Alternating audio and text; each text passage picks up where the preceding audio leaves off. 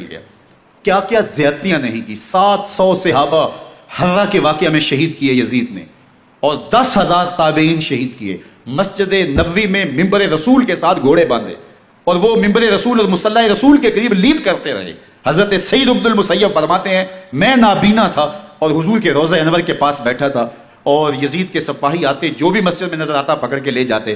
مجھے نابینا سمجھ کے چھوڑ دیتے, لیکن میں پریشان تھا کہ ظہر کا وقت ہوگا, عصر کا وقت ہوگا, مغرب عشاء کا وقت ہوگا, نہ اذان نہ اقامت نہ جماعت, تو کیسے مجھے پتہ چلے گا کہ نماز کا وقت ہو گیا, اور کیسی میری نمازوں کا کیا بنے گا. میں اس فکر میں بیٹھا تھا. لم ازل اسمع الاذان والاقامت من قبر رسول اللہ صلی اللہ علیہ وآلہ وسلم. فرماتے جب بھی پھر نماز کا وقت آیا, گنبد خضرا سے اذان کی بھی آواز آئی, اقامت کی بھی آواز آئی. 3 دن تک مسجد نبوی کے اندر گھوڑے بندے رہے, اور مدینہ کی حرمت پامال کی. مدینہ کے گھروں کے اندر یہ بدکماش داخل ہوئے, اور جو بدکاریاں انہوں نے کی کلیجہ منہ کو آتا ہے. 1002 شیزائیں ان بدکاروں کی بدکاریوں کی وجہ سے کواری حالت کے اندر حاملہ ہوئی. 3 دن تک مدینے کا حرم انہوں نے پامال کیا, اور پھر مکہ المکرمہ میں کعبۃ اللہ پر گولے برسائے, اور کعبہ کا غلاف جل گیا. وہ تو یزید مر گیا, اور حضرت عبداللہ ابن زبیر رضی اللہ تعالیٰ عنہ نے اپنی خلافت کا اعلان کیا. یزید کے یہ کرتوت تھے, ادھر اہل مدینہ کو ستایا, ادھر اہل مکہ کو ستایا, اور رسول اللہ صلی اللہ علیہ وسلم کے خانوادے کی بے حرمتی اور توہین کی. نہ صرف انہیں قتل کیا گیا, ان کی لاشوں پہ گھوڑے دوڑائے. ابن سعد اور شمر جو ہے وہ خیموں میں داخل ہوا, اور مخدرات اسلام کی چادریں چھیننے کی کوشش کی. حضرت زینب سلام اللہ علیہ نے مخاطب ہو کے کہا ہمارے چہرے کے رکھوالے چلے گئے ہیں, ظالم تو خیال نہیں کرتا ہم رسول اللہ کی بیٹیاں ہیں. حضرت شہربانو, حضرت زین العابدین اور حضرت زینب سلام اللہ علیہ, ان تینوں کو ایک اونٹ پہ باندھا گیا, اور باقی اونٹوں پہ باقی سادات کو, حضور کی شہزادیوں کو باندھا گیا, رسیوں میں جکڑا گیا, اور اونٹوں پہ باندھ کر کے کوفے کی جانب آگے آگے شہیدوں کے سر چل رہے ہیں, اور پیچھے یہ قافلہ چل رہا ہے. اور جب یہ قافلہ وہاں سے گزرا جہاں لاشیں پڑی تھیں, امام زین العابدین 14 سال کے تھے اور بیمار تھے, اور ان کا حوصلہ نہ ہوا, وہاں غشی ان کے اوپر آنے لگی. اور وہ منظر ابن کثیر نے, باقی لوگوں سب نے لکھا ہے کہ پھر جب ان کی یہ حالت ہوئی تو پھر سیدہ زینب سلام اللہ علیہ, جنہوں نے ابھی تک بڑے حوصلے کے ساتھ ساری مشکلات کا مقابلہ کیا تھا, اب ان کے بندن ٹوٹ گئے اور آنکھوں سے آنسو بہنے لگے, اور سیدہ زینب نے امام حسین رضی اللہ تعالیٰ عنہ کی لاش پہ کھڑے ہو کے, اور وہ روندی ہوئی لاش, ٹوٹی ہوئی ہڈیاں, اور وہ برینا بدن, کٹا ہوا سر نیزے کی نوک پہ, اور لاش ہی پڑی ہے. تو حضرت سیدہ زینب نے مدینے کی طرف منہ کر کے جو ہے وہ حضور سے فریاد کی, یا محمد آہو, یا محمد آہو, حاذا حسین بالآراء مزمل بالدماء, یا محمد آہو بناتوں کا سبایا.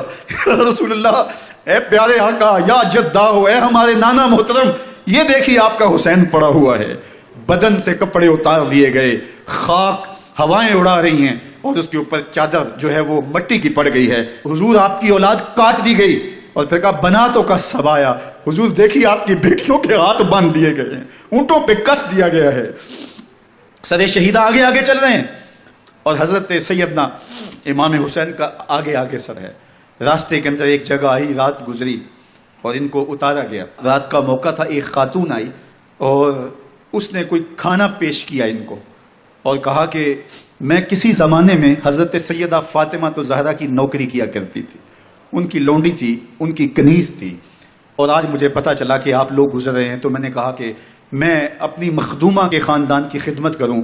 اور پھر اس نے کہا کہ اس وقت سیدہ کی گود میں ایک 6-7 ماہ کی بچی تھی جس کو زینب کہا کرتے تھے. تو سیدہ زینب نے کہا کہ اماں اگر پہچانتی ہو تو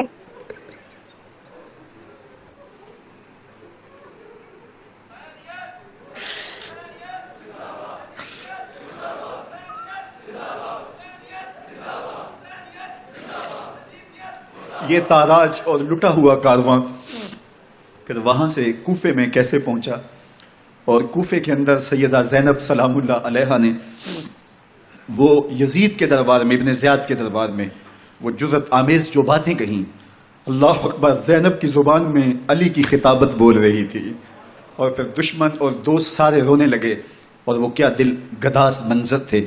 اور پھر یہ سروں کا قافلہ اور سادات کرام کا مشکیں کسی ہوئی ہیں اور اونٹوں پہ باندھے ہوئے, ان کو وہاں سے پھر قادسیہ اور قادسیہ سے پھر دمشق یزید کے دربار میں پہنچایا گیا.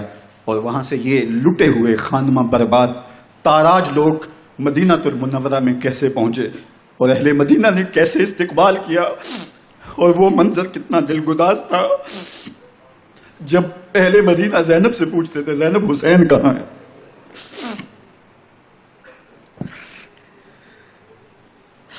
بے مروت بے وفا تیرا بھی کیا افسانہ ہے، جس نے اپنی ہی شمع کو گل کیا تو وہ پروانہ ہے۔